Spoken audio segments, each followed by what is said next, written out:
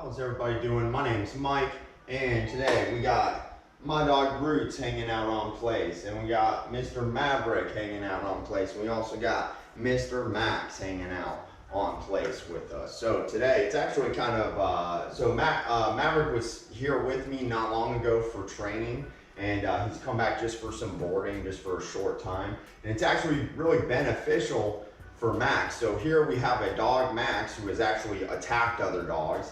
And we have Maverick, who has actually been attacked by other dogs, and that's kind of why he came. Maverick had come back to me. I trained him when he was a puppy, and he came back to me because he had an incident happen that kind of made him more unsure about things. So, and that's not really the most relevant thing that's happening here, but what's happening is I'm going to use Maverick, just Maverick being around, just his presence. The type of dog he is, he's a big dog and he's super energetic, you know, so he has a lot of energy.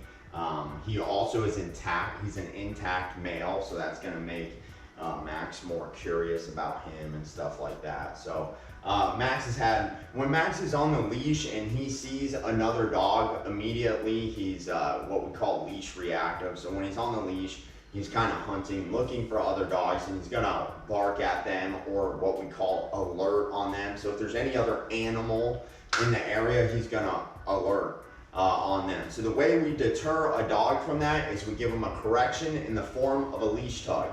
The way this works is timing and effectiveness, okay?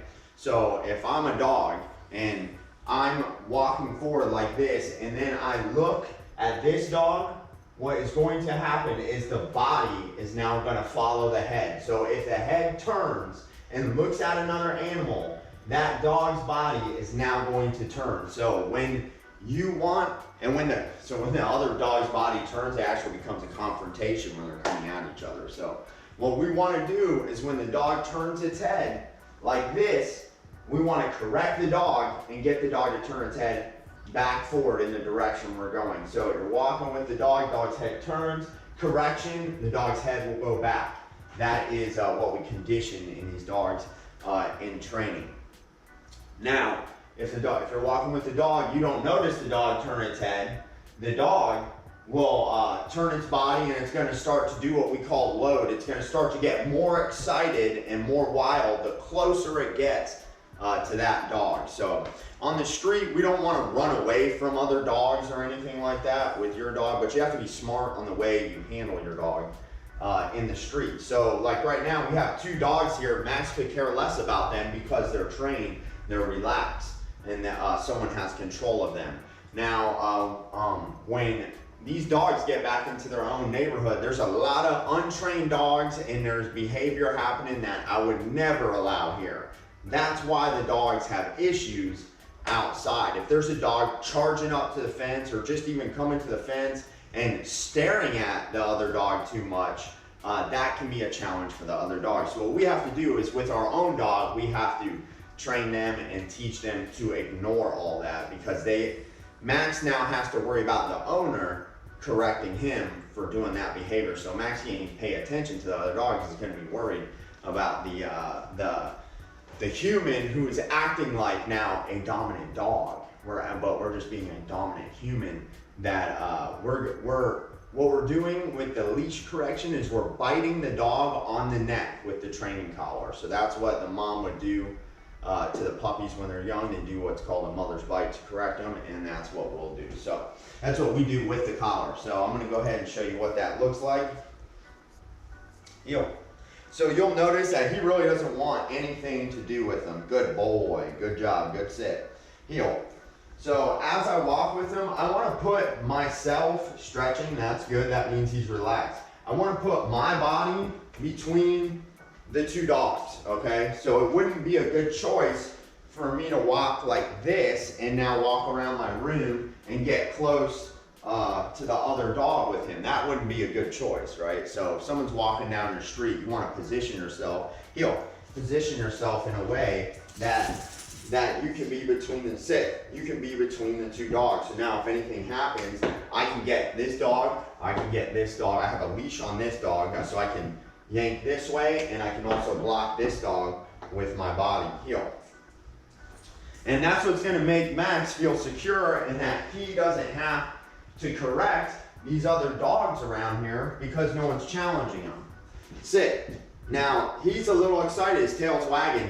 That's what's good for him, is that this is the type of dog that's gonna trigger him. So that's what's good for these two dogs. They both make each other's training stronger. So the dog can either sit, stand, or lay down. If the dog's standing, they're very excited. If they're sitting, they're in the middle. If they're laying down, that's the most submission you can get from a dog. When they start to wag their tail, that means they're excited. That doesn't mean they're happy, it just means they're excited. Once they get excited, he's likely to pop out of that down position. If he did, I would correct him. Heel. Good job, buddy. Good heel. And you see, Max actually wants nothing to do with this dog. So normally what we do is if he, good boy, good sit. See how he's actually looking at me, he's not even looking at him. Good job, he's doing a good job with that. So what would happen is if he started looking at this dog, I would say heel, and I would take off this other way. So let's say I'm walking down the road and all of a sudden he's looking at a dog, I would say no, heel, and I would jump this other way. So heel, so heel, no, heel.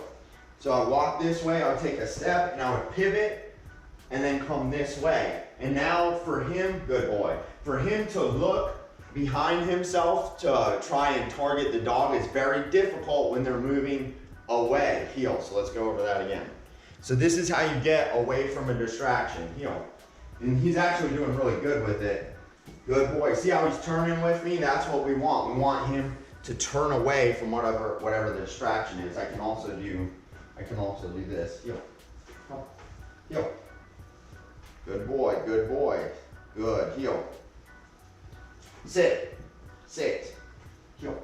So I can practice calling him away from the other dog. Good boy. Good sit. Good sit. So what I'm doing when I'm turning, heel. Let me put him back on place. Sit. Place. So what I'm doing with this dog is if there's a dog, say he's at the fence or whatever, and I'm walking with my dog and my dog's head turns towards this dog, what I can do is take a step, and if the dog's really targeting him, he's not going to turn the way he turned with me. He's going to go that way towards the dog. And what the goal is, when the dog goes to jump at that dog or goes to have its attention on that dog, when I turn this way, once I turn, then I'm going to give a correction with the leash and say heel and start walking this way. So it'll look more like this. He's doing a really good job, so it's hard to demonstrate that part, and we want him to do what he's doing. Heel, so it looked like this, heel, just like that. So I would be, actually let me grab a leash. Yeah, so what would happen is it would be heel, and then it would look just like this, heel. Because the dog, if the dog's looking to go at the other dog, they're going to go forward. So just like this, the dog goes forward, correction, right there, and then you turn the other way. That's very important to know how to get the dog away from the other dog. Again, you can call the dog in the other direction. I taught him to come to me. I have to be careful how I say it because Maverick will want to get up after him. So we'll do it again. Heel. Heel. Good boy. Just like that. You see how his head's not going anywhere near Maverick. Heel. Sit. Good boy. You see how his eyes are towards me? So that means there's no threat. If this dog moves his eyes to his eyes and they start gazing at each other for more than 1 second and they don't break eye contact, that's when there needs to be a correction. Okay, you can also tell by the look in their eye if their eyes are more relaxed or if they're very intense. When in doubt, if you're in doubt, if you think they're making eye contact that doesn't look right, then heel. You would automatically bring this dog away from the other dog. Sit.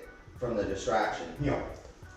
But again, the most important thing is put yourself between the dogs. You know, you have to be the one in control. If this dog were to get up and try to attack this dog, he would lose trust and he would believe that he has to defend himself, you know. But if this dog makes a move and I tell this dog, no, place, then he knows I am in charge and he knows, oh, I don't have to worry about that dog. He's got that dog. Heel.